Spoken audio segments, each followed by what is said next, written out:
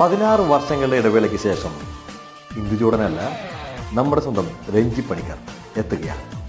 രൗദ്രം എന്ന ഹിറ്റ് ചിത്രത്തിന് ശേഷം അങ്ങനെ സംവിധാന രംഗത്തേക്ക് വീണ്ടുമുള്ള തൻ്റെ ശക്തമായ കടന്നുവരവ് അറിയിക്കുകയാണ് നടൻ കൂടിയായ രഞ്ജി പണിക്കർ. നടൻ, തിരക്കഥാകൃത്ത്, നിർമ്മാതാവ്, ഇതാ സംവിധായകൻ, അങ്ങനെ ഒട്ടനവധി വേഷങ്ങളിൽ അദ്ദേഹം തകർപ്പൻ പെർഫോമൻസാണ് കാഴ്ചവെച്ചിട്ടുള്ളത്.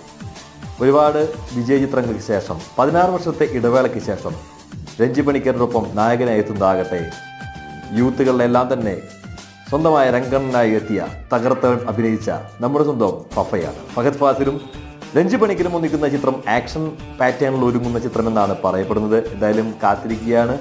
ആക്ഷൻ പാറ്റേണിൽ രഞ്ജി പണിക്കരുടെ ചിത്രത്തിൽ ഫഹദ് ഫാസിൽ എത്തുമ്പോൾ അത് എങ്ങനെയായിരിക്കുമെന്നറിയാൻ കാത്തിരിക്കുകയാണ്. ഫഹദ് ഫാസിലിൻ്റെയും രഞ്ജി പണിക്കരുടെയും ഈ കൂട്ടുകെട്ടിന് വേണ്ടി.